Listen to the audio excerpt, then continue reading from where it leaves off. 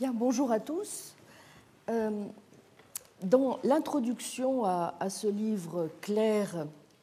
élégant et profond qu'est La géométrie dans le monde sensible,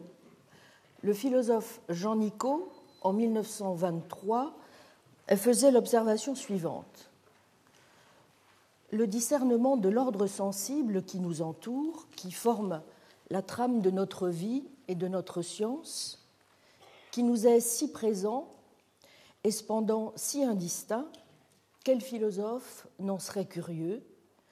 même si sa métaphysique n'en devait attendre aucun secours. Bien, les leçons de cette année voudraient modestement contribuer à montrer que la curiosité du philosophe peut parfois être récompensée et peut-être même porter un secours certain à sa métaphysique elle-même, d'une manière naturellement qu'il nous conviendra précisément d'analyser. Il serait en effet regrettable que tel ne fût pas le cas, tant il est vrai que le métaphysicien est en tout philosophe, comme il est, à dire vrai, en chacun de nous. La métaphysique, même mauvaise, notait Charles Sanders Peirce, repose réellement, consciemment ou non, sur des observations.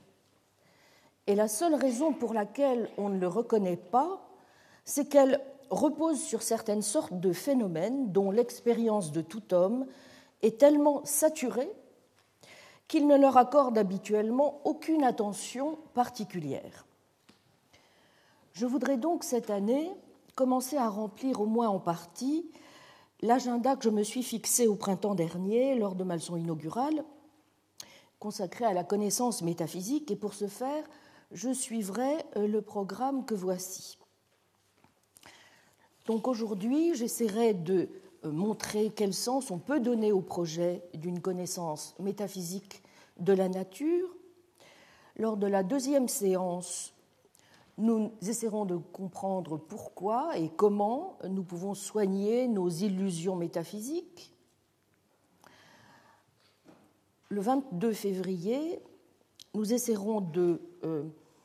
voir comment on peut faire un bon usage de l'analyse conceptuelle en métaphysique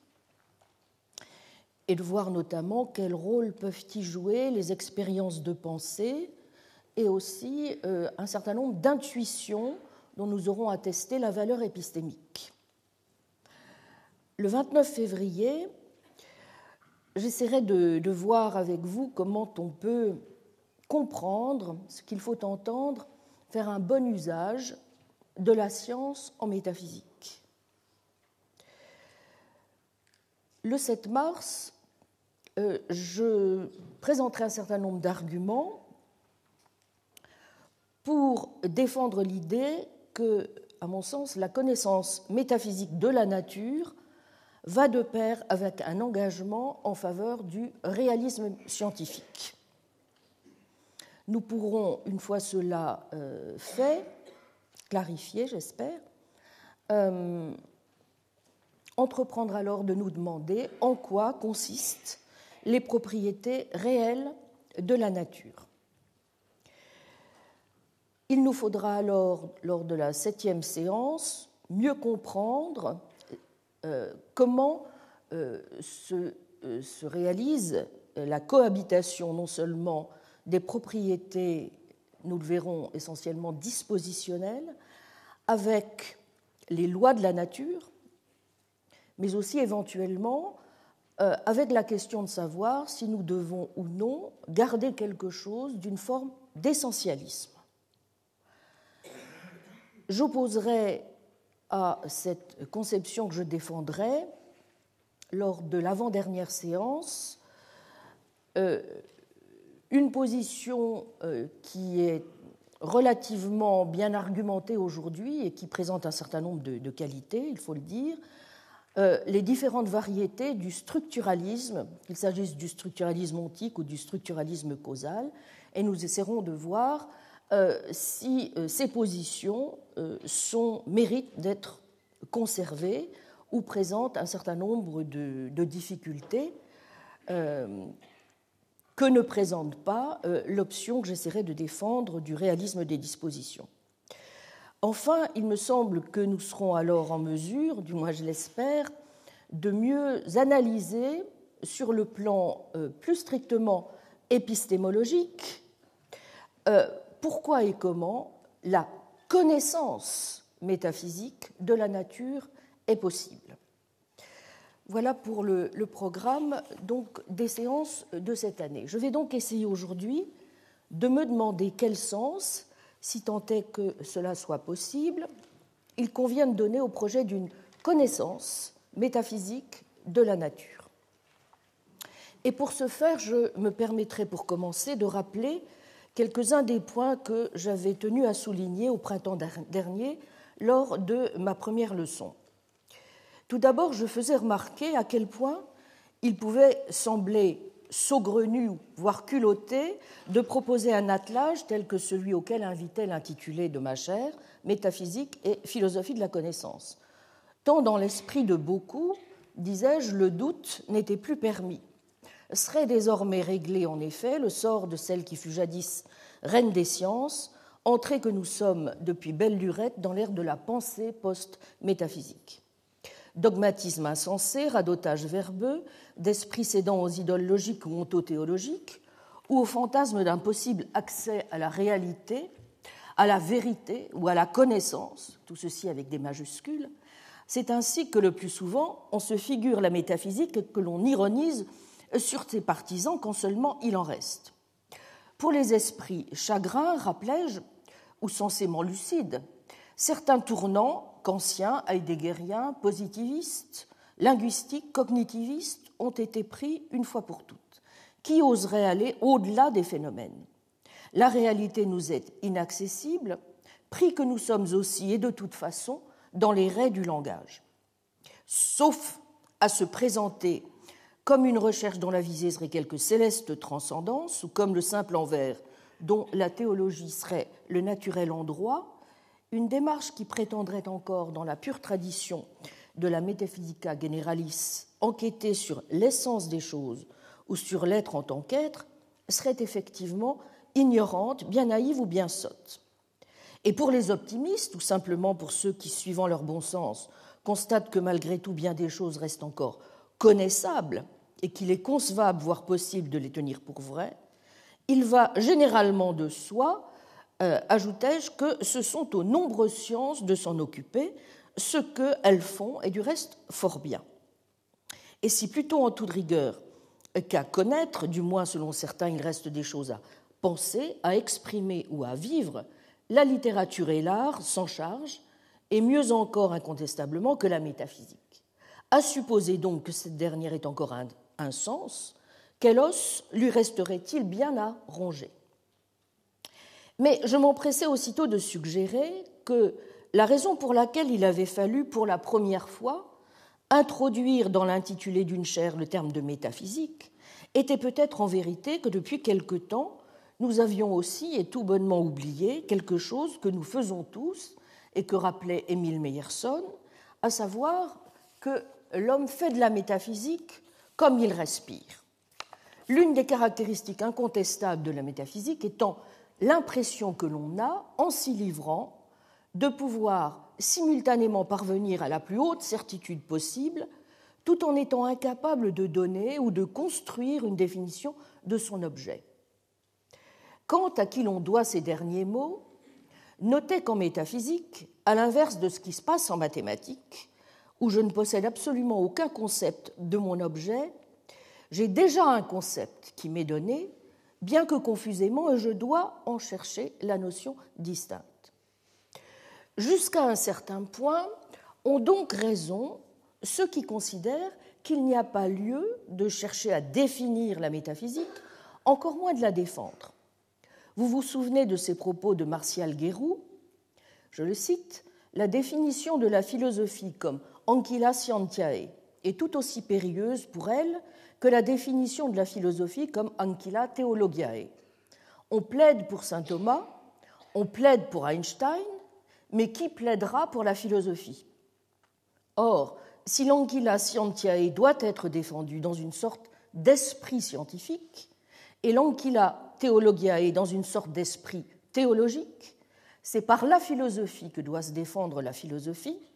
et métaphysiquement que doit se défendre la métaphysique. Fin de citation. Soit. Mais, et nous aurons l'occasion de le vérifier tout au long du cours, sans doute certaines accusations portées à l'encontre de la métaphysique et des illusions dans lesquelles elle nous entraîne ne sont-elles pas non plus entièrement dénuées de fondement. Ainsi, dans le cours qu'il a consacré au système, à la question de savoir ce qu'est un système philosophique, qui est désormais, je l'indique, en ligne sur le site que nous avons ouvert de philosophie de la connaissance du Collège de France, que vous retrouverez donc dès à présent, Jacques Bouvresse met en garde, à un moment donné, les faiseurs de systèmes qui sont peut-être finalement des faiseurs tout court. Et il rappelle cette phrase de Jacques Tournebroche sur son maître l'abbé Coignard, que cite Anatole France dans les opinions de M. Jérôme Coignard. Cet esprit excellent eut des vues originales sur la nature et sur la société, et pour étonner et ravir les hommes par une vaste et belle construction mentale, il lui manqua seulement l'adresse ou la volonté de jeter à profusion les sophismes comme un ciment dans l'intervalle des vérités. C'est de cette manière seulement qu'on édifie les grands systèmes de philosophie qui ne tiennent que par le mortier de la sophistique. Il est donc clair que toute personne qui entend élucider le ciment des choses doit en permanence essayer de se garder, de faire que ce ciment devienne, à tel ou tel moment, un simple mortier sophistique. Il serait donc imprudent de sous-estimer la justesse des critiques de Kant, du positivisme logique et de nombre de ses héritiers, de Heidegger ou d'autres, même si, comme j'espère pouvoir le montrer, il serait tout aussi imprudent ou prématuré de conclure de ces différentes destructions ou déconstructions que la métaphysique ne fait plus partie intégrante de la philosophie comme discipline, qu'elle serait une fois pour toutes dépassée, ou pire encore, qu'elle n'aurait plus aucune place comme mode particulier de connaissance. Imprudent et prématuré, en effet, et l'on peut, pour s'en convaincre, prendre déjà appui sur quelques observations factuelles. Première remarque, depuis quelque temps déjà, certains se sont élevés contre la lecture qui a été donnée, principalement en France, dans les 50 dernières années, de l'histoire de la métaphysique comme étant intrinsèquement liée à celle de la logique et de la théologie, et ils ont mis en garde contre un certain provincialisme de notre part. À la même époque où nous mettions l'accent sur certains courants et auteurs signant entre les années 20 et 40 notamment l'arrêt de mort de la métaphysique, qu'il s'agisse de Heidegger, de Freud, mais aussi de Carnap ou de Schlick, même s'il y a lieu naturellement d'être très circonspect dans chaque cas sur la portée et le caractère exact de la lecture anti-métaphysique de ces auteurs, à l'époque en tout cas où la métaphysique respectable ne devait guère plus désormais avoir droit de citer qu'au sens de l'analytique heideggerienne du Dasein, faisant de la phénoménologie la seule méthode de l'ontologie, ou, dans le meilleur des cas, pensait-on, dans le cadre des travaux menés au sein de l'ontologie formelle par Husserl, ou dans l'esprit d'une science a priori des objets par Meinong, en réalité, dans le même temps, comme l'a fort justement rappelé Frédéric Neff, des projets métaphysiques très variés s'épanouissaient, y compris sur un mode très spéculatif, dans le sillage d'un Whitehead, d'un MacTaggart, d'un Samuel Alexander, par exemple, ou d'un Nicolas Hartmann. Plus récemment, des tentatives originales prenant désormais en compte les différents tournants linguistiques et cognitifs, tels que la métaphysique descriptive de Strawson. Souvenons-nous de sa conférence au Collège de France, reprise sous le titre « Analyse et métaphysique », la métaphysique probabiliste aussi de Patrick Suppes, ou encore la synthèse suggérée de la métaphysique et des sciences de la cognition par Alvin Goldman, qui incidemment donnera cette année 2 conférences le mois prochain, eh bien, ces tentatives ont constitué, comme j'y avais insisté déjà près d'une vingtaine d'années, des pistes de recherche extrêmement fécondes. Pour ne rien dire des travaux des 2 très grands métaphysiciens plutôt engagés du côté de la révision, que sont David Lewis et David Armstrong. Donc en vérité, la métaphysique comme discipline à part entière n'a jamais, de fait, cessé d'exister. À peu près partout, sauf chez nous, à quelques exceptions près, personne n'avait jamais jugé nécessaire de l'enterrer. Ce qui aurait d'ailleurs dû nous conduire plus vite à nous demander si cela était simplement dû à un égarement propre à tous les autres, auquel nous aurions su, pour notre part, nous autres Français, miraculeusement échapper. Dieu merci, en France aussi désormais, les recherches en métaphysique, et pas seulement, entendons-nous bien, en histoire de la métaphysique, domaine dans lequel nous avons toujours excellé, connaissent aujourd'hui une vitalité extraordinaire. Deuxième remarque factuelle, si vous le voulez bien, il me semble que si la métaphysique a pu redevenir un secteur de nouveau fréquentable de la discipline philosophique, c'est pour 3 raisons au moins. Tout d'abord, des changements assez nets dans les objets, les méthodes et les centres majeurs d'intérêt du domaine lui-même. Ensuite, ainsi que je l'avais souligné dans ma leçon inaugurale, une évolution importante des concepts de science et de connaissance, mais aussi et enfin un essor extraordinaire du domaine, cette fois de la philosophie de la connaissance. Quelques mots rapides sur chacun de ces 3 points. Notons tout d'abord que rares sont les métaphysiciens contemporains qui cherchent aujourd'hui à s'inscrire dans le cadre de quelque transcendance, et ce même lorsqu'ils développent une métaphysique générale assez spéculative ou systématique, ou une analyse dogmatique sur l'être en tant qu'être. On frémit à l'idée, notai-je, que connaissance métaphysique implique quelque retour au système, entendu tout du moins de façon dogmatique. Mais cela fait longtemps que le dogme n'a plus cours, ni en métaphysique, ni davantage dans ce modèle de la connaissance que reste pour beaucoup et à bon droit la connaissance scientifique.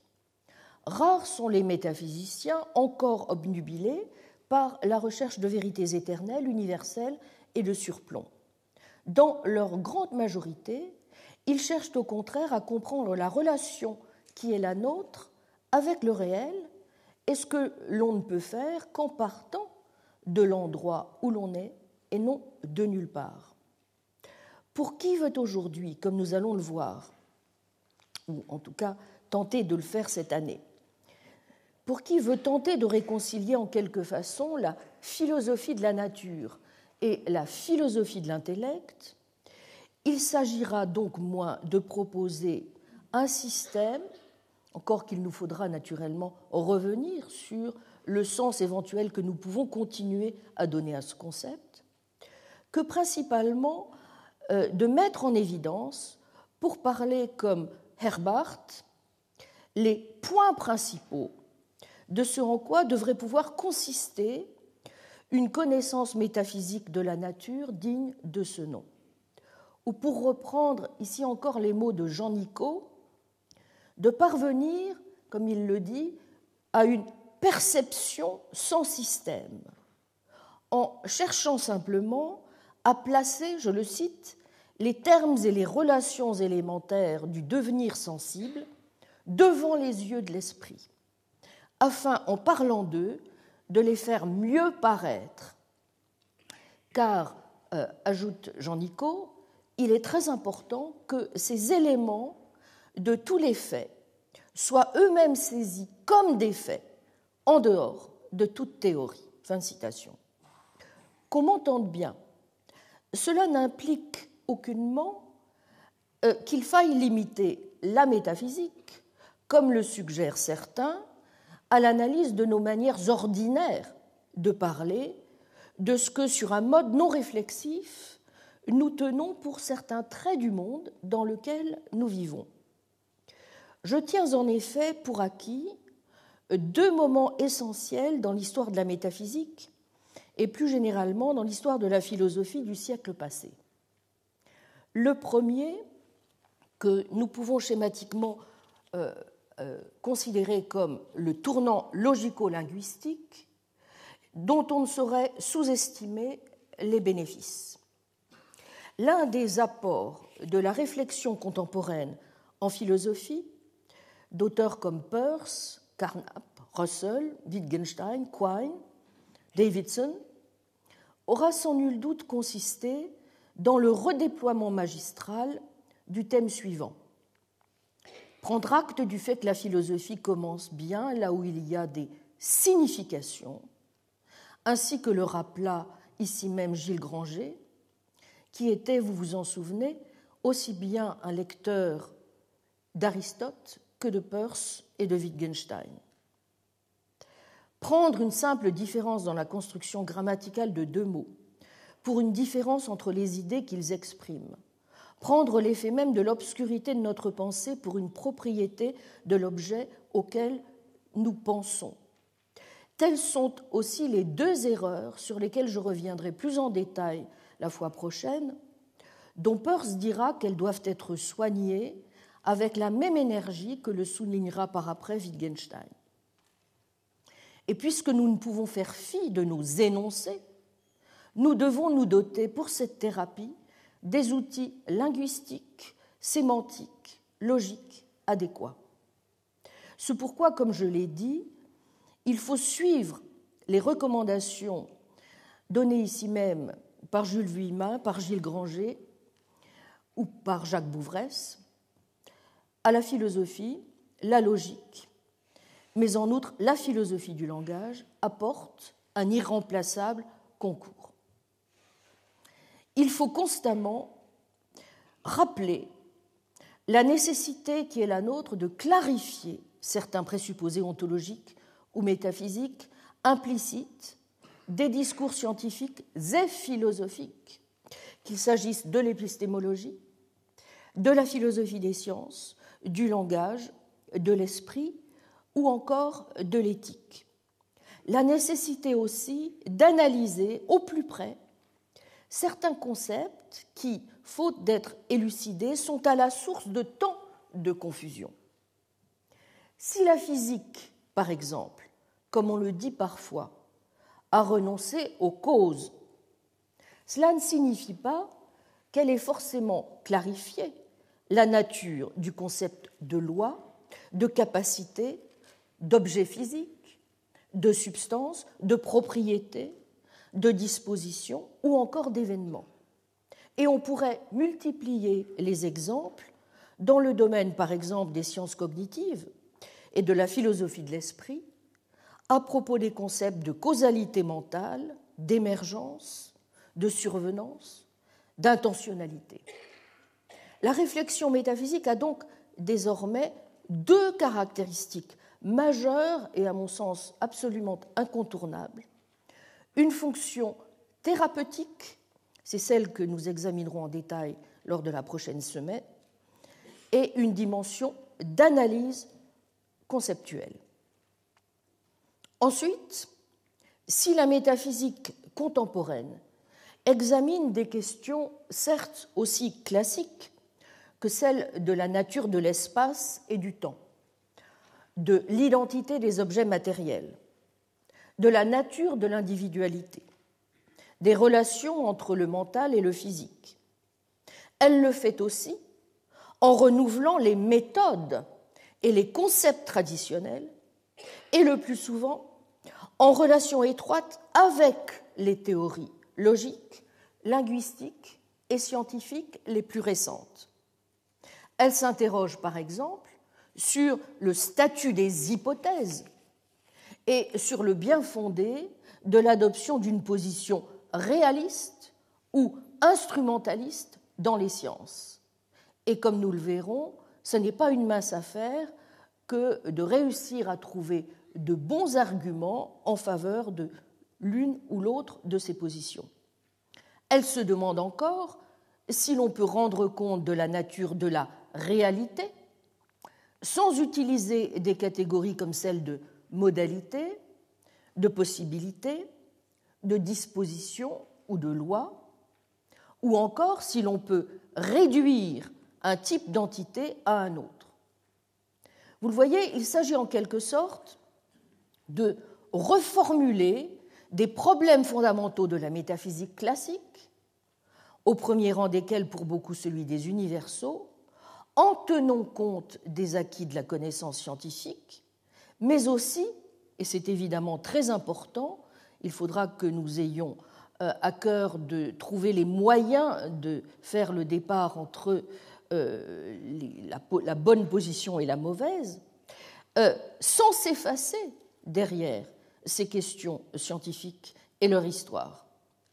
La démarche revendique donc hautement, à bon droit, selon moi, une spécificité et une irréductibilité du questionnement philosophique de type métaphysique. En d'autres termes, Martial Guéroult avait raison. La métaphysique ne saurait être la servante ni de la théologie, ni de la science. Il ne s'agit pas, vous le voyez seulement ici, de rejeter l'affirmation néo-kantienne,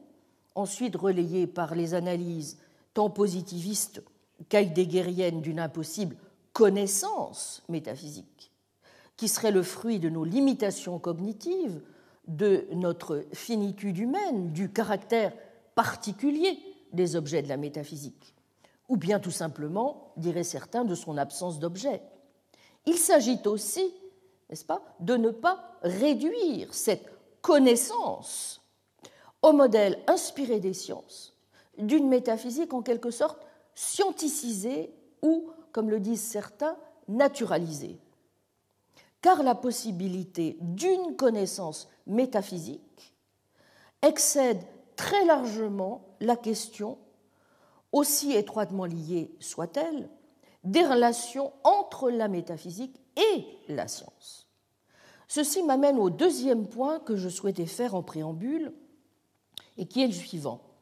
Si l'on rechigne, je crois, à prendre au sérieux l'idée même d'une possible connaissance métaphysique, c'est peut-être aussi que l'on n'a pas encore pris toute la mesure de l'évolution qui s'est produite dans nos concepts mêmes de science et de connaissance, ni davantage de l'essor considérable, mais somme toute assez récent, du domaine, cette fois, de la philosophie de la connaissance. Ici encore quelques brefs rappels sur des points que j'ai déjà eu l'occasion d'évoquer. S'agissant tout d'abord de la science, que mettons-nous au juste sous ce concept? Seule la paresse ou l'ignorance, ou dans certains cas, ce qu'il faut bien appeler la malhonnêteté intellectuelle, purement et simplement, peuvent expliquer que certains accordent encore quelques crédits à une vision positiviste et scientiste de la connaissance scientifique. Du reste, il y aurait beaucoup à dire sur le terme même de positivisme. Je vous renvoie à l'ouvrage que vient de publier Jacques Bouvray sur les lumières du positivisme, où il montre à quel point des malentendus sont encore à lever sur ce courant et ce concept. En tout cas, aucune personne de bonne foi, et surtout pas un philosophe des sciences, ne pourrait admettre aujourd'hui que le concept de science ou de connaissance qui prévaut soit celui impérial qu'il pouvait encore avoir chez Kant, de système achevé, apodictique ou doté des vertus de nécessité ou d'universalité. Je vous ai tout à l'heure parlé d'un projet que j'ai pour ma part trouvé extrêmement intéressant, qui est celui qu'avait essayé de développer il y a déjà près d'une trentaine d'années Patrick Suppies dans son livre Probabilistic Metaphysics. Et Suppies insistait de façon tout à fait juste, à mon sens, sur le fait qu'il fallait davantage concevoir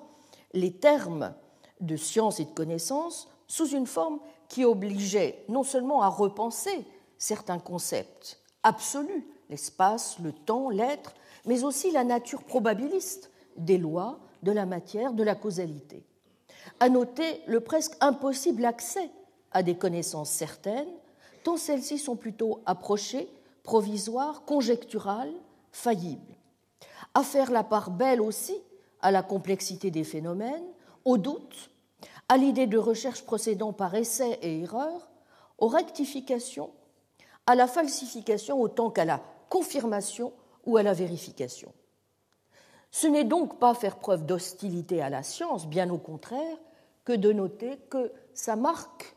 n'est justement pas le scientisme et le dogmatisme, mais plutôt, comme en témoigne toute activité scientifique normale, les incertitudes, les tâtonnements, l'incomplétude, qui rendent du reste si aigu le risque du scepticisme, de l'irrationalisme,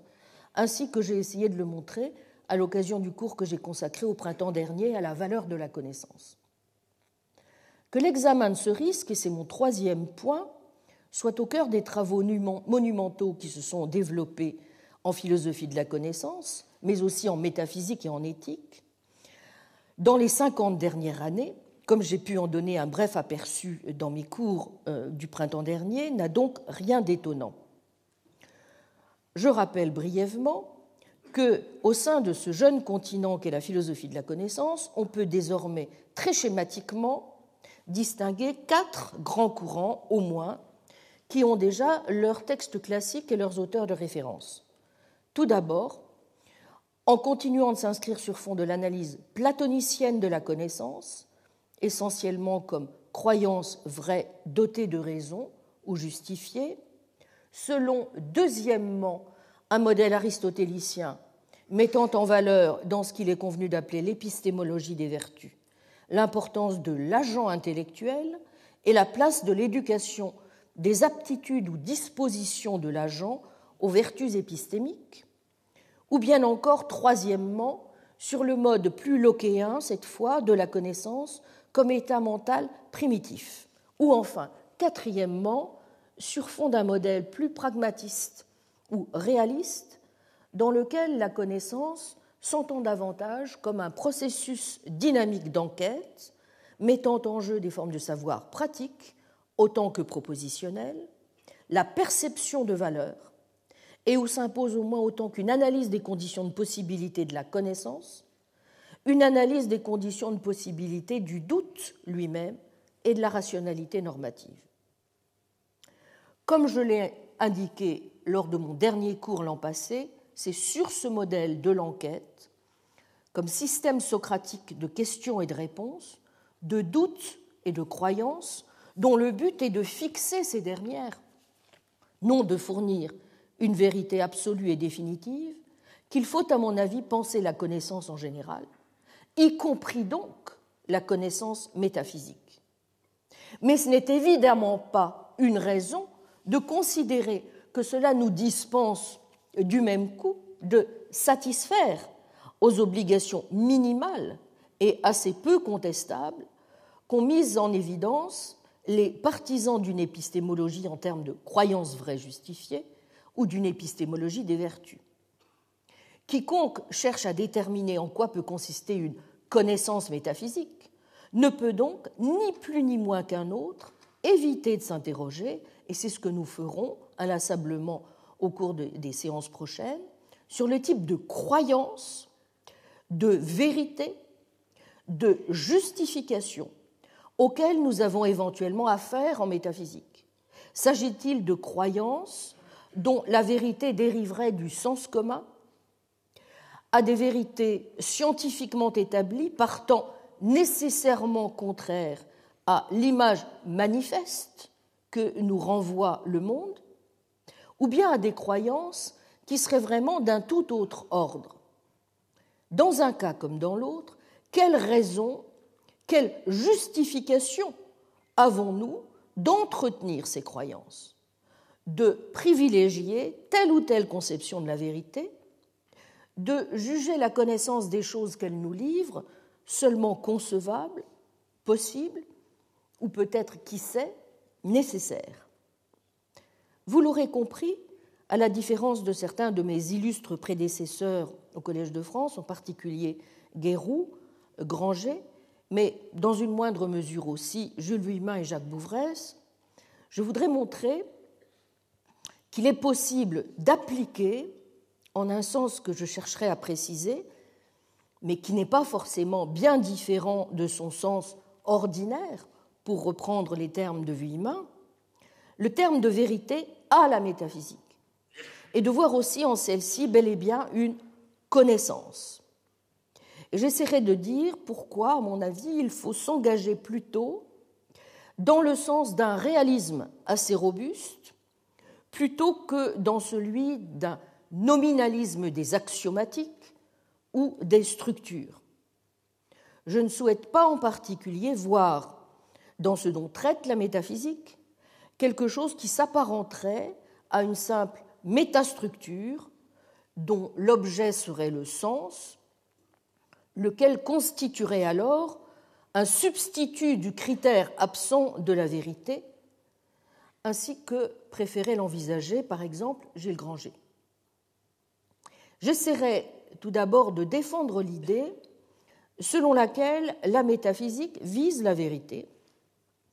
et que s'il y a un sens à se poser encore la question kantienne de sa possibilité comme science, c'est parce qu'elle correspond, comme enquête rationnelle, à certaines caractéristiques suffisamment distinctives par ailleurs pour pouvoir constituer vraiment le cœur d'une discipline indépendante dont les justifications intellectuelles peuvent être explorées et méritent de l'être. Mais je m'empresse d'ajouter que lorsque je dis que la métaphysique vise la vérité, je n'entends pas cela en un sens minimaliste, au sens où peuvent l'entendre ceux qui réduisent la vérité à la cohérence ou à la redondance, voire à telle ou telle version déflationniste du vrai. J'entends aussi, du moins vais-je essayer de le montrer, qu'il faut lui donner un sens compatible avec un engagement ontologique, même si cet engagement ne correspond pas à ce qu'on met souvent sous le terme de vérité-correspondance. En d'autres termes, je souhaite pouvoir montrer que la métaphysique est bel et bien l'étude de la structure la plus fondamentale de la réalité, et donc qu'une connaissance métaphysique de la nature est possible. J'ai bien conscience du fait que je m'avance beaucoup. De mes maîtres, j'ai appris que la faute la plus grave en philosophie, surtout si on est attaché comme on doit l'être à la défense de la vérité et à l'exigence rationaliste, c'est sûrement de s'avancer à dire plus de choses qu'on en sait. Mais à Dieu ne plaise, j'en fais le pari. Est-ce d'ailleurs un pari si insolent ? Eh bien, il me semble que non, et il me semble que justement, si je le fais, c'est parce que nous devons relever ce pari de la connaissance métaphysique, et j'en viens donc à mon deuxième point. Après tout, nous savons tous que la métaphysique commence là où nous prenons connaissance que l'être se dit de multiples façons. Et ce commencement ne peut guère s'inscrire dès lors que dans une aventure, car c'est de là que vient le risque constant de l'équivocité, de la contradiction ou du pur et simple non-sens. Puisque nous avons appris que non seulement un certain nombre de propositions en philosophie pouvaient être vraies, qu'elles pouvaient être fausses, mais qu'un certain nombre d'entre elles, notamment en métaphysique, pouvaient être aussi éventuellement dénuées de sens. On comprend que Parménide ait préféré en rester à une position stricte, l'être est, le non-être n'est pas. Mais bon, pour avancer sur ce qui est, il faut faire parler l'être, n'est-ce pas ? Aristote y insistait, la métaphysique commence dès lors qu'il y a langage, ontologie, discours sur l'être et sur ses significations. Mais si on peut dire quelque chose sur l'être, c'est aussi qu'on peut le connaître. Or, comment avancer sur ce qui est sans faire ce deuxième pari ? Je rappellerai ici un point crucial. L'une des questions qui se pose en effet de façon aiguë à toute entreprise de connaissance est celle bien connue désormais, du moins je l'espère, qu'on a appelée à la suite de Christopher Peacock le défi de l'intégration. En d'autres termes, je rappelle la formulation peacockienne, et non pickwickienne, la tâche générale consistant à fournir pour un domaine déterminé une métaphysique et une épistémologie simultanément acceptables et à montrer qu'elles le sont. Or, étant admis, comme je viens de le dire, la possibilité pour certaines propositions d'être vraies ou d'être fausses, comment pouvons-nous réconcilier une analyse plausible de ce qui est impliqué dans la vérité des propositions d'une certaine sorte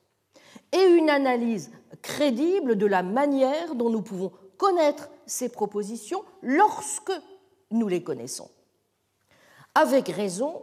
Peacock estime en effet que cela lie ensemble le métaphysique et l'épistémologique et que lorsqu'on échoue, n'est-ce pas, à réaliser l'intégration des deux dans un domaine donné, cela fait, je le cite, de façon caractéristique,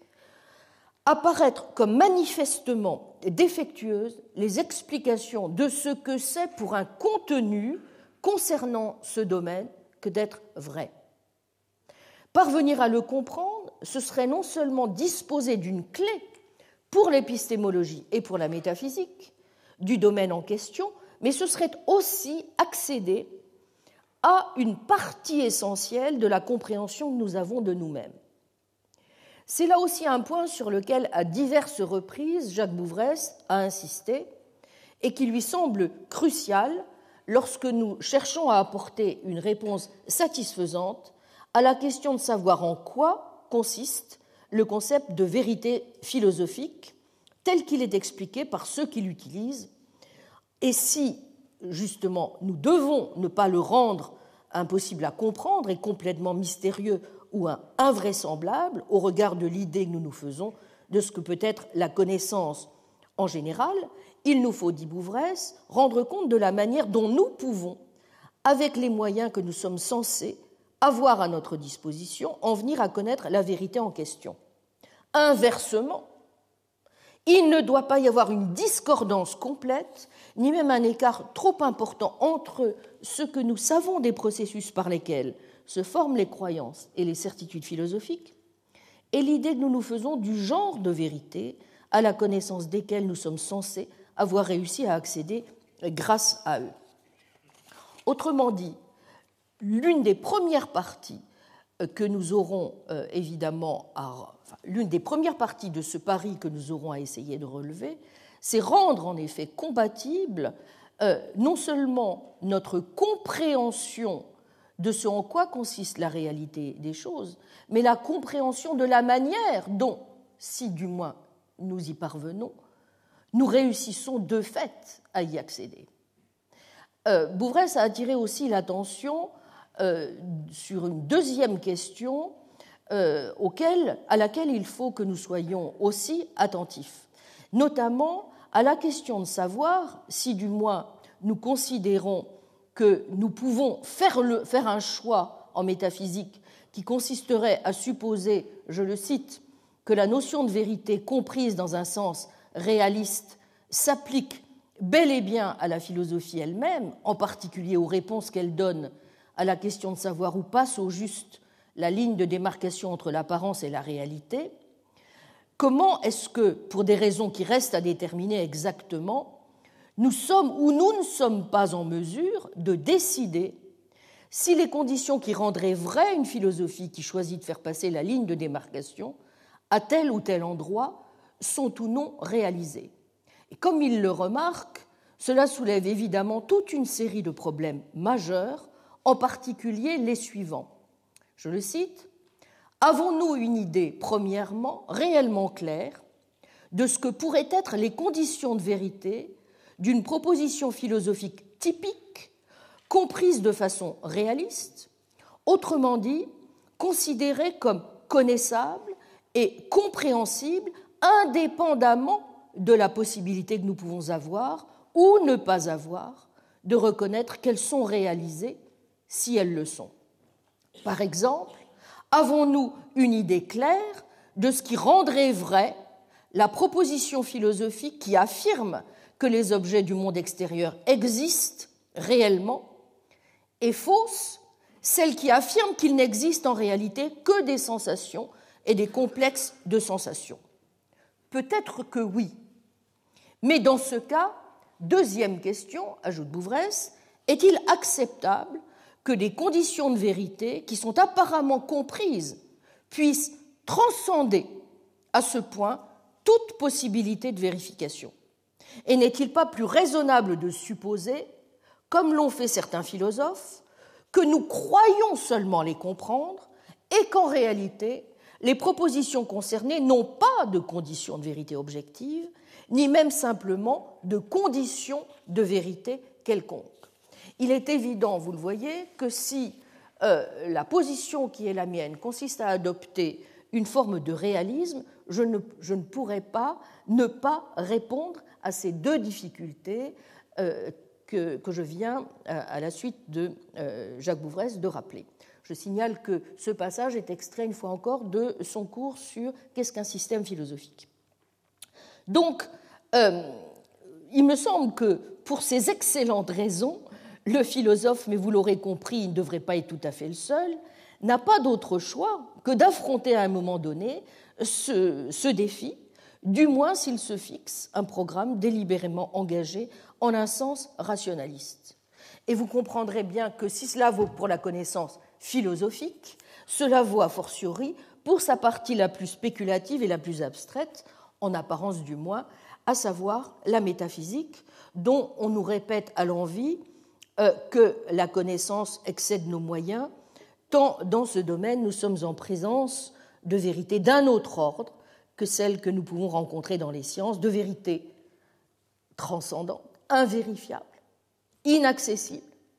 qui échapperaient toutes, de part en part, à l'expérience sensible, au domaine spatio-temporel, et qui dès lors ne sauraient être qu'hypothétiques, ou, pour reprendre le terme de Renouvier dans les dilemmes de la métaphysique pure, matière à croyance. J'en arrive au troisième moment de cette leçon. Je voudrais voir avec vous un petit peu comment se présente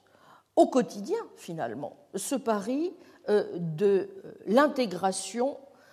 que je viens de rappeler. Lorsque, tout simplement, dans la vie de tous les jours, la perception sans le système, nous nous interrogeons sur la réalité des choses et sur ce que nous en connaissons au juste. Nous le savons tous, lorsque nous cédons au doute, c'est que, en général, c'est parce que nous nous sommes heurtés à quelque chose qui n'est pas réel, qui nous paraît fictif, illusoire, quand, par exemple, les objets ne semblent pas se réduire à leur seule structure physique. Par exemple, est-ce que ces cartes de crédit en plastique sont bel et bien de l'argent? Est-ce que ces bruits que vous émettez, qui sortent de votre bouche, sont bel et bien une promesse? Eh bien, c'est la même chose lorsque nous pensons à tout ce qui nous entoure matériellement. Me voilà devant vous, assise devant ce bureau. Je vois toute une série de personnes assises dans cet amphithéâtre. Et je crois, et je pense, vous comme moi, n'est-ce pas, que nous sommes là et que nous voyons tous, si nous sommes à peu près normalement constitués, à peu près la même chose, ou du moins que nous avons sensiblement la même expérience. Mais à la réflexion, et là je reprends les premières pages du livre de Bertrand Russell, Apparence et réalité dans les problèmes de philosophie, quelle est la couleur de cette table, demande Russell, car elle change selon l'angle de vue, à la lumière du jour de ma lampe. Un daltonien ne la verra pas comme moi. Est-il bien sûr finalement que la couleur soit inhérente à la table? Très vite, et presque simultanément, surgissent donc bien, nous le voyons, des questions de nature et métaphysique et épistémologique. Quelle sorte d'objet est cette table? Est-elle bien réelle? Et si elle est réelle, puis-je seulement le savoir? Plus encore, comment puis-je le savoir? On ne mesure pas toujours à quel point ce double questionnement métaphysique, pour le premier, épistémologique pour le second, engage à bien plus qu'à un simple clivage entre apparence et réalité. Un clivage dont Jules Vuillemin n'a cessé de dire à quel point, n'est-ce pas, il était fondamental dans la manière dont, en effet, se dessinaient les différents systèmes philosophiques que nous choisissions, n'est-ce pas, selon la manière dont nous en reconnaissions les frontières. Je vous renvoie par exemple à What are Philosophical Systems, dans lesquels Vuillemin, au début, page 113, excusez-moi, je crois que ma référence est exacte, je vais la vérifier, je vous donnerai la prochaine fois la référence exacte, dans lesquels justement il insiste sur ce couple absolument fondamental pour déterminer le choix du système qui devra être le nôtre. Mais vous voyez, ce n'est pas seulement ce clivage qui compte, c'est aussi la manière dont nous allons interpréter ce couple d'apparence et de réalité. Et dès lors, ce qui compte, ce sont aussi les conséquences que nous allons tirer des interprétations que nous allons privilégier. Moritz Schlick, par exemple, a noté que depuis l'Antiquité, le découpage souvent hiérarchisé de telle ou telle région ontologique, ainsi que la manière dont nous concevons leur possible connaissance, et si du moins nous y répondons de manière affirmative, la façon dont nous choisissons les méthodes qui seront à même de l'assurer, est absolument déterminant. Si l'apparence, par exemple, est le sensible, le fluctuant, le subjectif, l'arbitraire, alors, diront certains,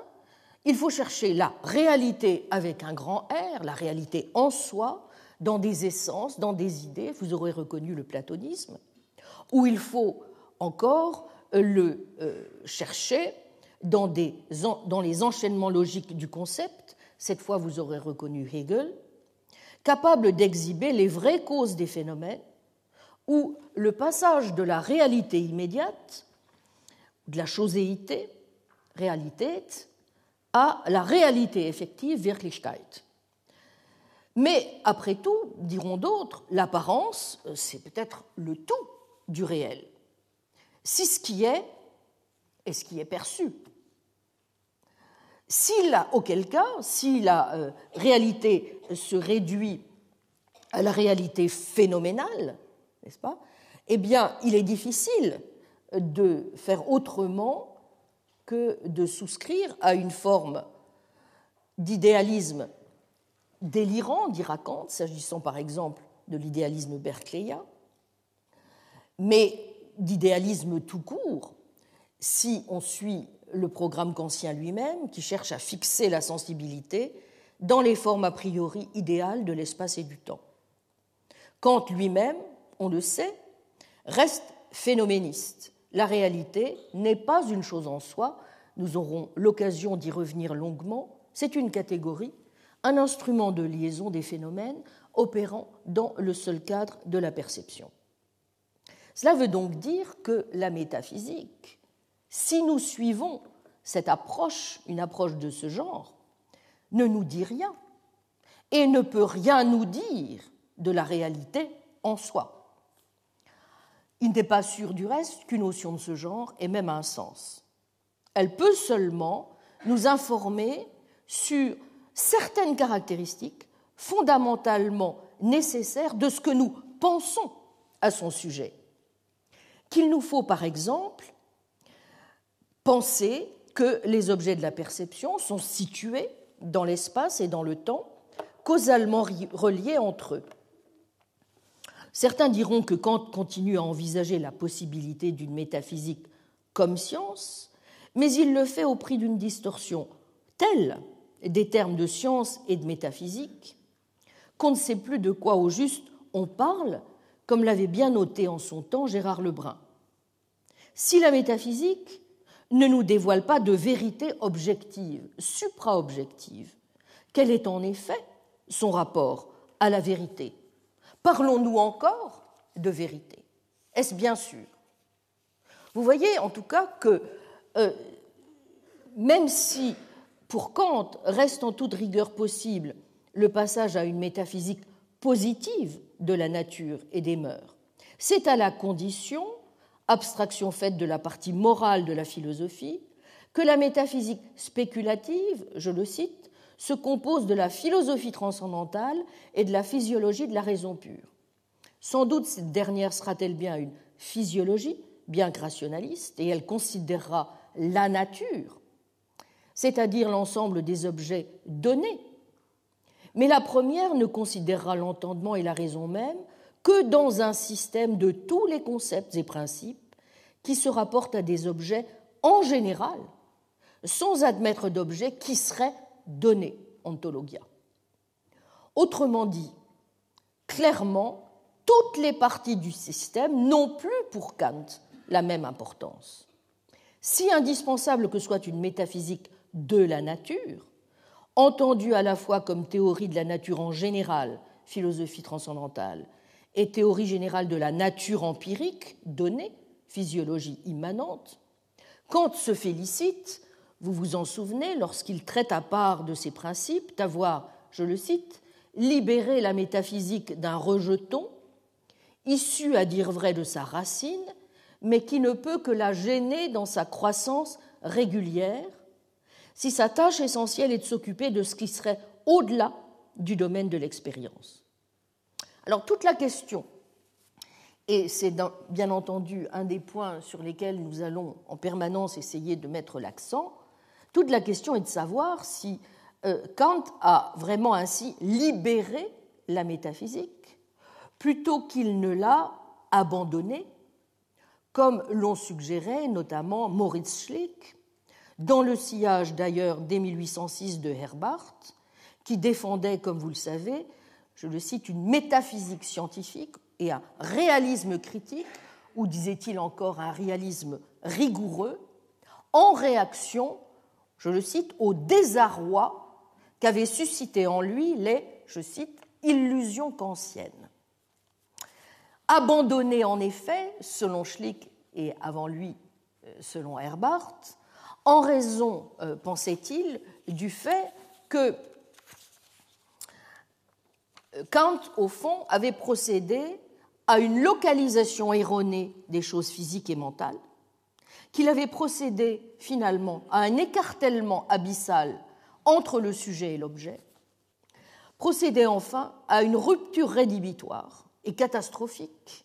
entre l'apparence et la réalité des choses. Je vous renvoie au texte de Herbart, notamment dans les points principaux de la métaphysique, dans lesquels le jugement qu'il porte sur Kant est certes ambivalent, parce qu'il dit toute l'admiration qui est la sienne, mais est aussi sans appel, s'agissant notamment du fameux problème de la chose en soi. Donc cela veut dire, si Schlick et Herbart ont raison, cela veut dire que peut-être que nous aurons intérêt, nous aussi, à procéder d'une certaine manière à une sorte d'entracte kantien, pour reprendre le terme de Neurath, ou en tout cas à nous méfier énormément d'entrée de jeu de l'idée selon laquelle Kant aurait donné toutes les clés qui permettraient d'ouvrir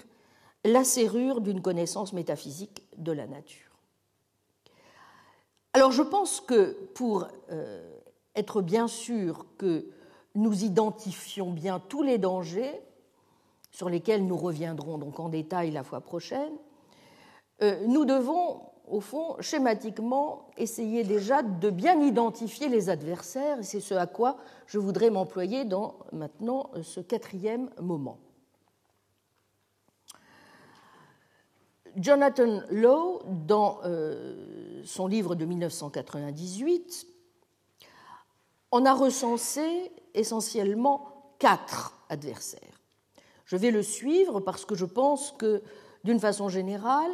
il a assez raison d'y voir 4. Nous verrons dans les séances prochaines que peut-être il y a lieu d'en rajouter, mais je crois que pour le moment, il faut raison garder et nous limiter à ces quatre ennemis. Bien. Alors, même si le terme par les temps qui courent n'est peut-être pas très facile à employer, je dirais d'abord les relativistes, ensuite les scientistes, les néo-kantiens, enfin les sémanticiens. Donc, quelques mots sur le profil de chacun d'eux pour mesurer l'ampleur des obstacles qu'il nous faudra surmonter. Alors, le relativisme, c'est une question que j'ai abordée dans une de mes leçons du printemps dernier. Le relativiste, si nous essayons de faire son portrait robot, en quelque sorte, c'est quelqu'un qui considère que la réalité est toujours le fruit d'une construction humaine,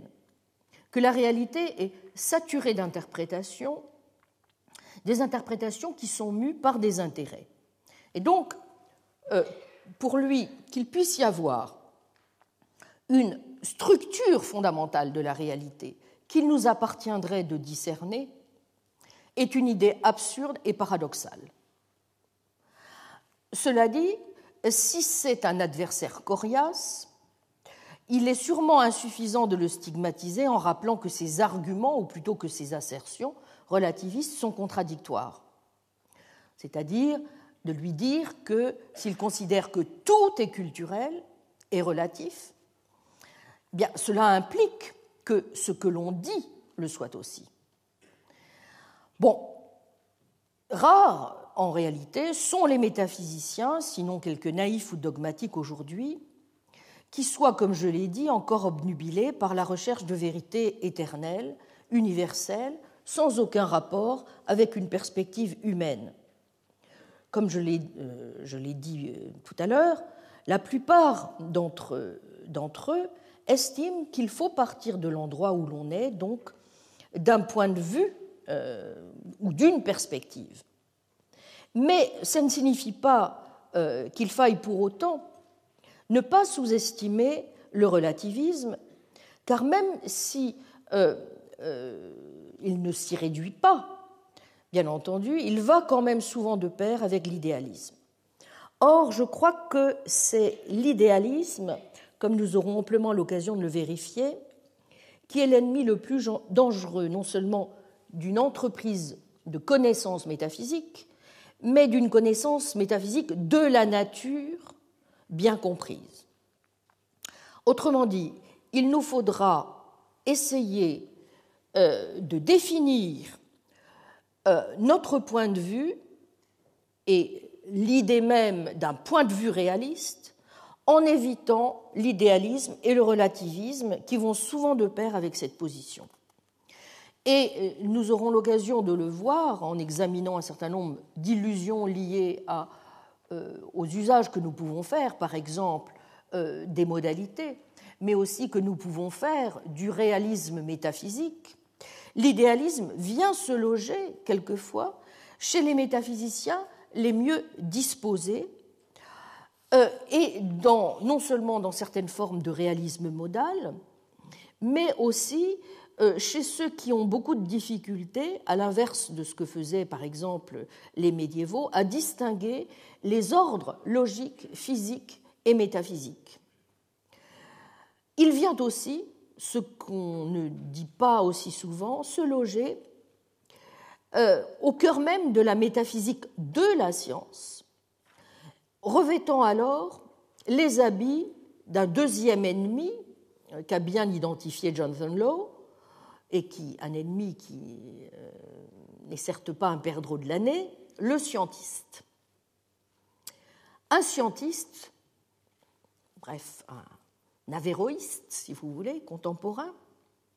est quelqu'un qui considère que les sciences sont les mieux placées, sont les plus légitimes pour nous dire en quoi consiste la réalité des choses.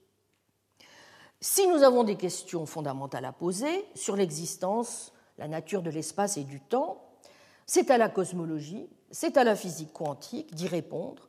certes pas à la métaphysique spéculative en fauteuil ou à ce que Meyerson appelait aux métaphysiciens en redingote. Alors, comme nous le verrons, il convient naturellement de confronter l'analyse des propriétés à ce que nous enseignent les sciences de la nature. Mais nous aurons amplement l'occasion de voir aussi, lorsque nous entrerons dans les détails, qu'il ne peut pas y avoir d'analyse épistémologique de la science sans une analyse métaphysique des questions abordées en son sein. On ne peut pas, évidemment, reformuler les problèmes fondamentaux de la métaphysique classique en ne tenant aucun compte des acquis de la connaissance scientifique. Mais cela ne signifie pas que nous devions nous laisser hypnotiser par elle, comme si, notamment, la dernière théorie scientifique en vogue était la meilleure du seul fait qu'elle est la dernière.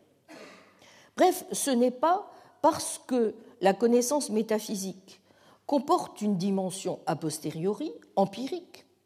qu'elle doit devenir ce que certains appelaient à une certaine époque une philosophie silencieuse, où les questions proprement philosophiques devraient s'effacer derrière les questions scientifiques et leur histoire. Je crois donc que n'est pas du tout convaincant l'éliminativisme de ceux qui vont jusqu'à soutenir que toute chose peut passer à la trappe ou que la seule métaphysique qui vaille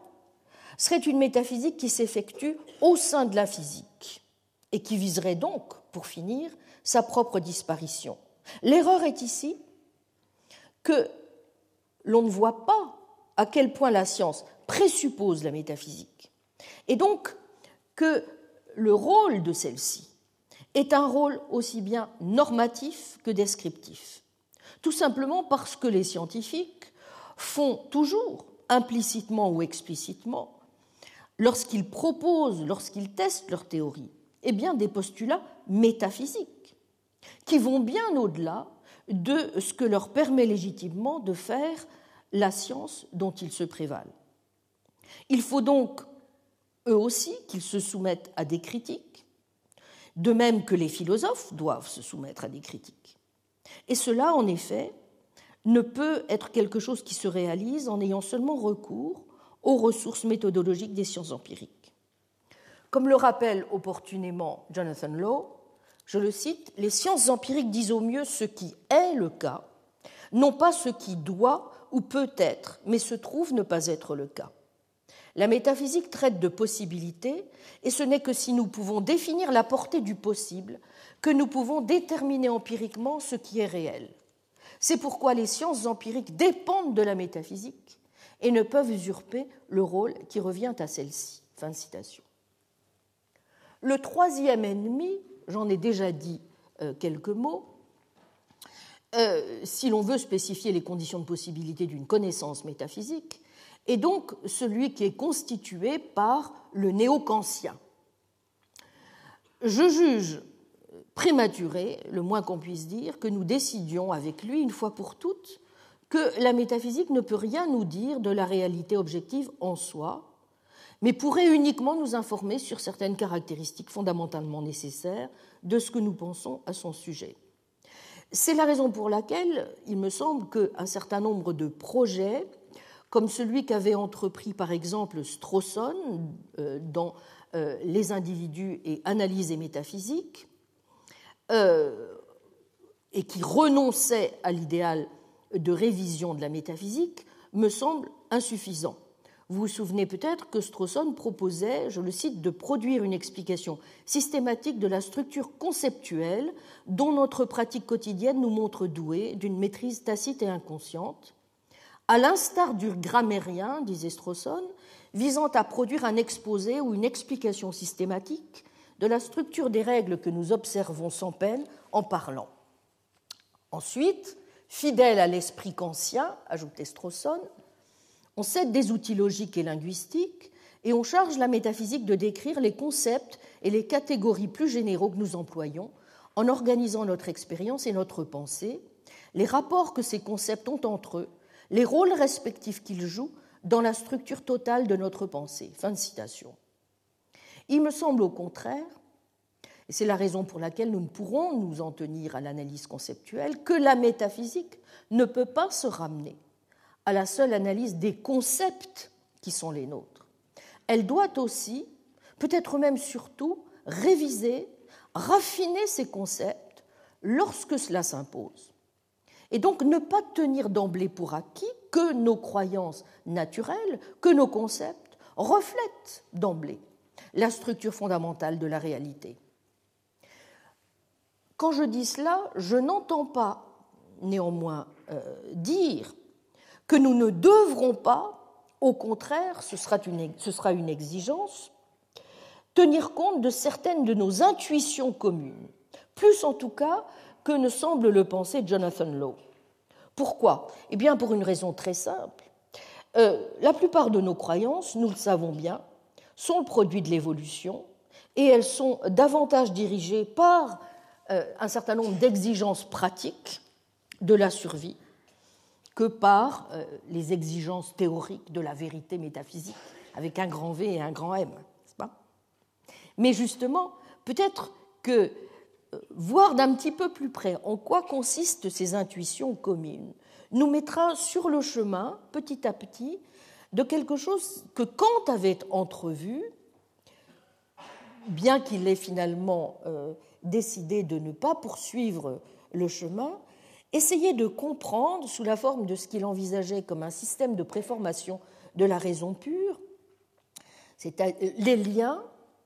qu'il y a peut-être en nous entre ce qui est naturel et ce qui est normatif. En tout cas, c'est une question importante que nous devrons essayer d'approfondir précisément dès lors que nous voudrons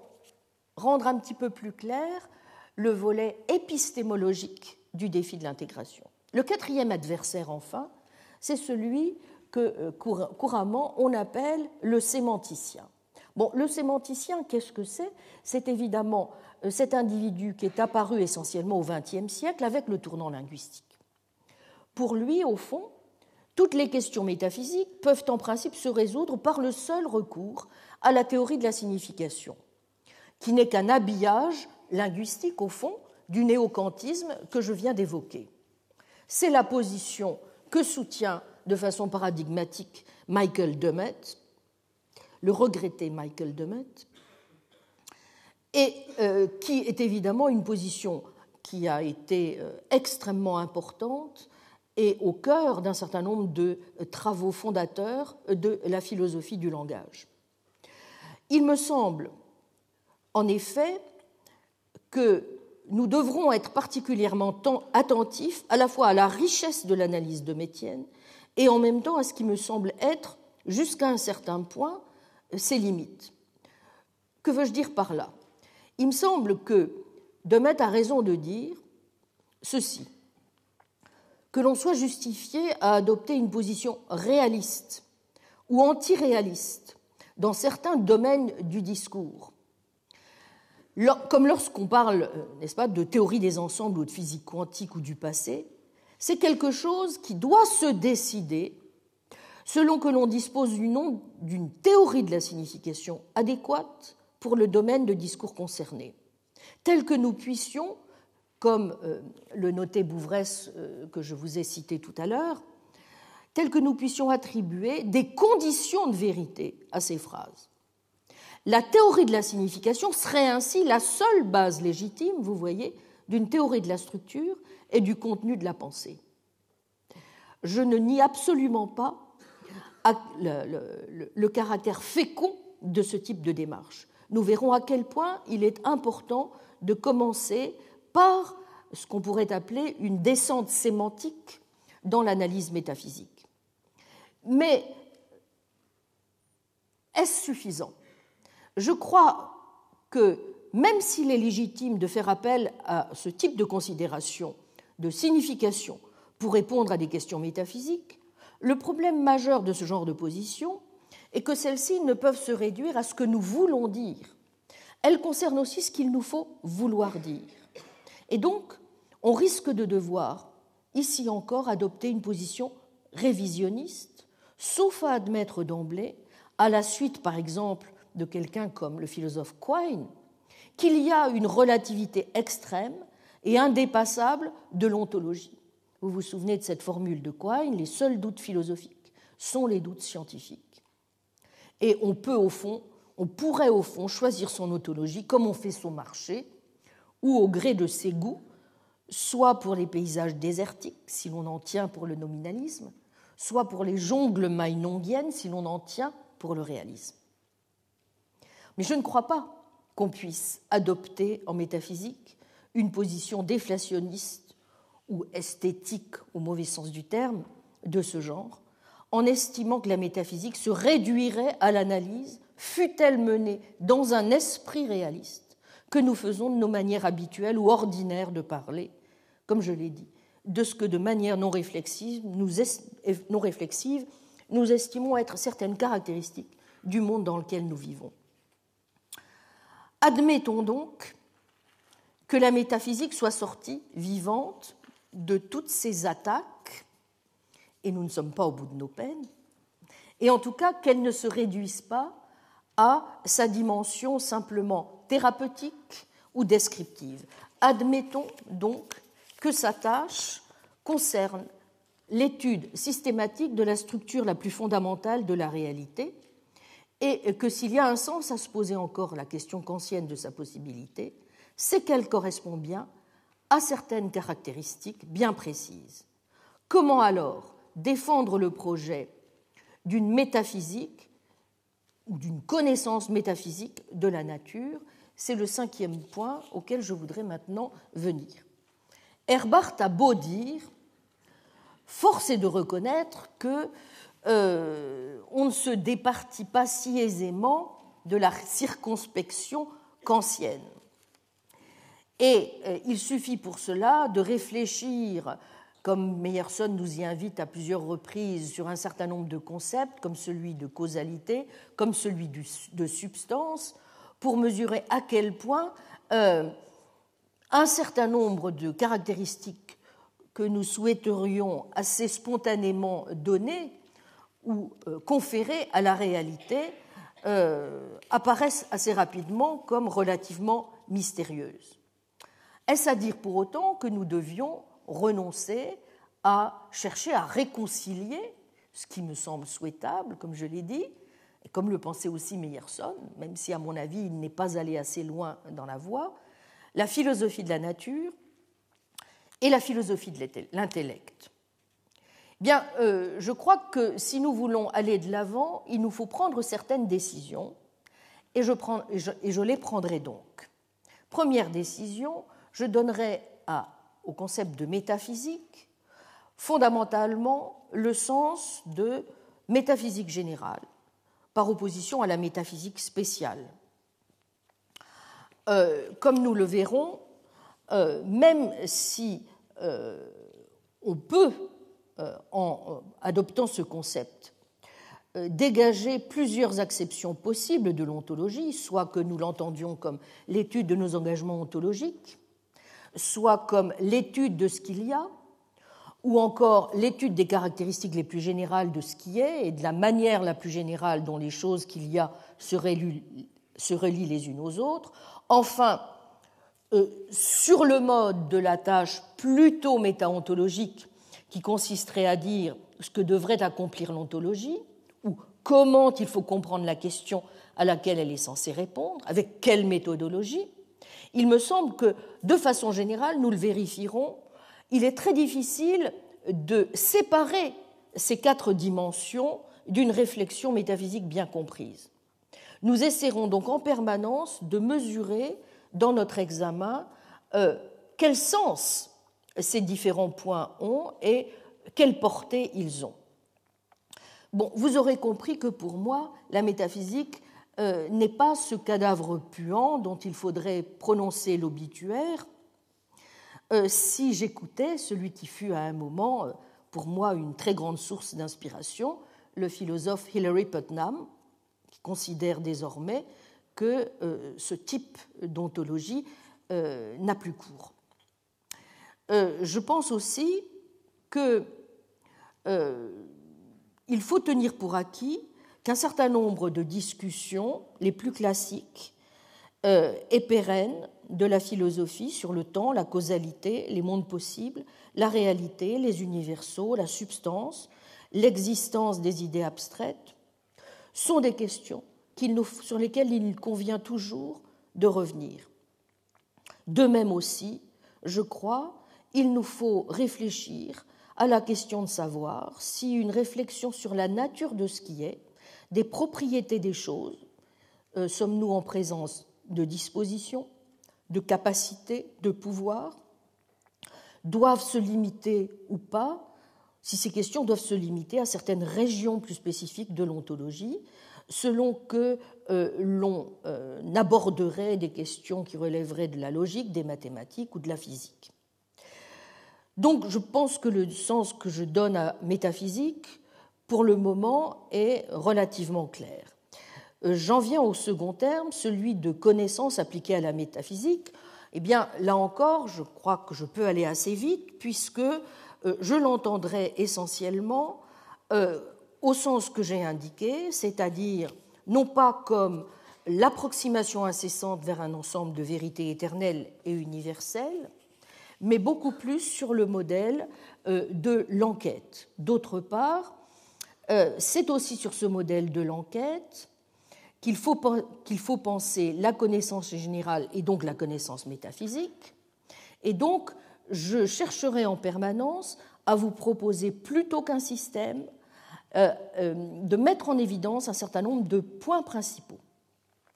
Deuxième facteur, je crois, il faut aussi que nous prenions assez rapidement conscience d'un phénomène important et qui explique pourquoi, justement, cette enquête métaphysique sur la nature est importante aujourd'hui, dès lors que nous voulons essayer de comprendre, justement, en quoi consistent les choses naturelles. Si vous vous souvenez, en effet, de la manière dont, au XVIIe siècle, on définissait le monde physique. À cette époque, on croyait pouvoir dire que le monde physique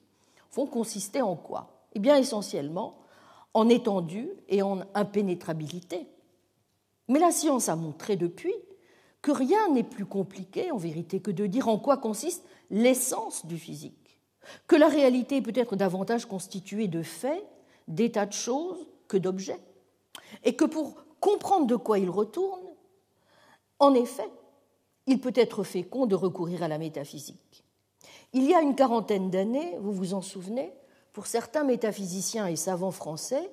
notamment, je pense notamment à des gens comme René Thom, Jean Largeau, puis Jean Petitot, cette voie a consisté, en s'inspirant des théories contemporaines de la dynamique des formes naturelles, à voir dans la continuité de ces formes la preuve de dispositions causales stables qui émergeaient peu à peu de la réalité. Vous vous souvenez du réalisme morphodynamique de René Thom. Eh bien, il est intéressant de remarquer qu'aujourd'hui, certains auteurs reprennent en vérité cette inspiration en affirmant l'existence d'entités et de propriétés postulées par les théories scientifiques et en viennent à interpréter les lois de la nature comme des réalités ou des régularités causales réelles, voire à juger nécessaire de réintroduire des dispositions, des capacités, pour expliquer les processus dynamiques de l'univers révélés par la nouvelle physique. Pour certains même, on doit revenir à l'essentialisme aristotélicien tout court et en explorer davantage la fécondité. Pour un nombre sans cesse croissant d'auteurs, il faut même développer, j'y reviendrai, une forme de dispositionnalisme dont l'inspiration n'est plus forcément aristotélicienne, même quand elle se dit essentialiste, mais qui se veut en tout cas plus à l'écoute de ce que nous enseigne la physique contemporaine. Eh bien, lorsque je défendrai une certaine forme de réalisme des dispositions, c'est d'une certaine manière dans ce sillage que je chercherai à m'inscrire. Comme je l'ai dit, je m'inscrirai dans le sens d'un engagement métaphysique réaliste. Mais réaliste en quel sens et pourquoi? C'est ce que je voudrais rapidement, dans les quelques minutes qui nous restent, à présent esquisser à grands traits. J'ai dit, je crois, que la menace idéaliste pèse au moins autant, et même de plus en plus sur la science que sur la métaphysique. Vous vous souvenez peut-être de ce que disait Einstein. Le vrai problème est que la physique décrit la réalité, mais nous ne savons pas ce qu'est la réalité. Nous ne la connaissons que par la description physique. Autant dire que si métaphysique scientifique il doit y avoir, celle-ci passera certes par un rejet du positivisme scientiste, mais aussi par un combat acharné contre l'idéalisme. Pourquoi est-ce que la menace idéaliste est aussi forte? Eh bien parce que, comme je l'ai dit, aussi abstraite et mathématisée fut-elle, la réalité de la physique classique parlait encore à nos intuitions. Mais avec l'apparition de champs, la mise à mal de notions de base comme celles de matière, de lumière, d'espace, de temps, plus encore avec la physique quantique, l'impossibilité désormais de parler sinon de façon élargie de particules, il devient difficile de distinguer entre le subjectif et l'objectif, d'évoquer des objets séparés, indépendants de nos mesures et de nos observations. Il n'y a pas, nous dit-on, de réalité unique, il n'y a que des agencements, des régions de réalité dynamiques et interactives. Bref, il semble acquis désormais que le réel, c'est simplement ce qui signifie quelque chose de réel. Et c'est ce qui s'identifie à ce en quoi nous croyons dans une connaissance vraie. Si cela est juste, cela reviendrait à dire que la vérité elle-même ne peut plus être pensée sur le mode du calque ou du miroir ou de la correspondance. Quand on juge encore utile de s'en inquiéter, elle devient indissociable de l'idée d'une communauté intersubjective, idéale, susceptible d'un accroissement indéfini. La réalité semble de plus en plus se définir comme l'opinion sur laquelle il est fatal que tous les chercheurs finiront ou devraient finir, si on en tient pour un optimisme un peu mesuré, par s'accorder à la limite idéale de l'enquête. Alors il est évident que les différents tournants linguistiques n'ont fait qu'accentuer cet idéalisme, en mettant le langage, et non plus le sujet, au centre de la réalité, au point qu'en effet, bien souvent, le monde semble disparaître sous le langage et les interprétations. Searle, par exemple, fait remarquer qu'il est très très difficile de vivre dans le monde qui nous entoure sans effectuer d'immenses efforts d'abstraction auxquels nous soumet la réalité. Élevé dès l'enfance dans une culture où l'on tient la réalité simplement pour acquise, il nous semble bien plus naturel de voir des voitures rouler, des billets d'$1 ou des baignoires pleines, que de voir en eux des masses de métal s'inscrivant dans des trajectoires linéaires, des fibres de cellulose tachetées de vert de gris, ou des concavités de fer recouvertes d'émail et remplies d'eau. Autrement dit, l'ontologie naïve est complexe et semble pourtant simple. C'est l'ontologie désormais rendue simple par la science qui semble difficile. Vous voyez ? Bon. Mais si vous prenez par exemple à l'inverse la position comme celle que peut être celle de quelqu'un comme Heisenberg, Heisenberg a des accents souvent goethéens et il tire surtout argument de l'impossible partage entre monde conçu et monde perçu, entre connaissances scientifiques et connaissances artistiques, pour souligner la supériorité du niveau de la réalité mentale, tant il est vrai, dit-il, je cite certains passages du manuscrit de 1942, que la réalité peut être transformée par notre âme et que les symboles semblent désigner une partie authentique de la réalité. Donc, ce sur quoi je voudrais conclure ce soir, c'est cette idée que l'idéalisme, vous voyez, nous est donc au moins aujourd'hui aussi naturel que le réalisme naïf. Et dans ces conditions, on comprendra mieux que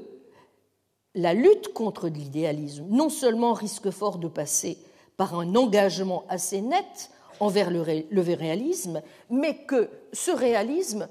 est précisément une position sur laquelle il nous faudra être extrêmement prudent dans la définition que nous essaierons de lui donner.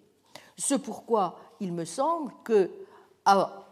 en particulier, parmi les illusions qu'il nous faudra essayer de combattre, et sur lesquelles donc, je reviendrai dès la prochaine séance, c'est notamment un certain nombre d'illusions qui entourent le concept de réalisme, qui entourent aussi certaines formes de réalisme qu'il conviendra, bien entendu, de tirer au clair. C'est donc à ce projet que à ce petit programme que je vous invite dès la prochaine séance. Je vous remercie.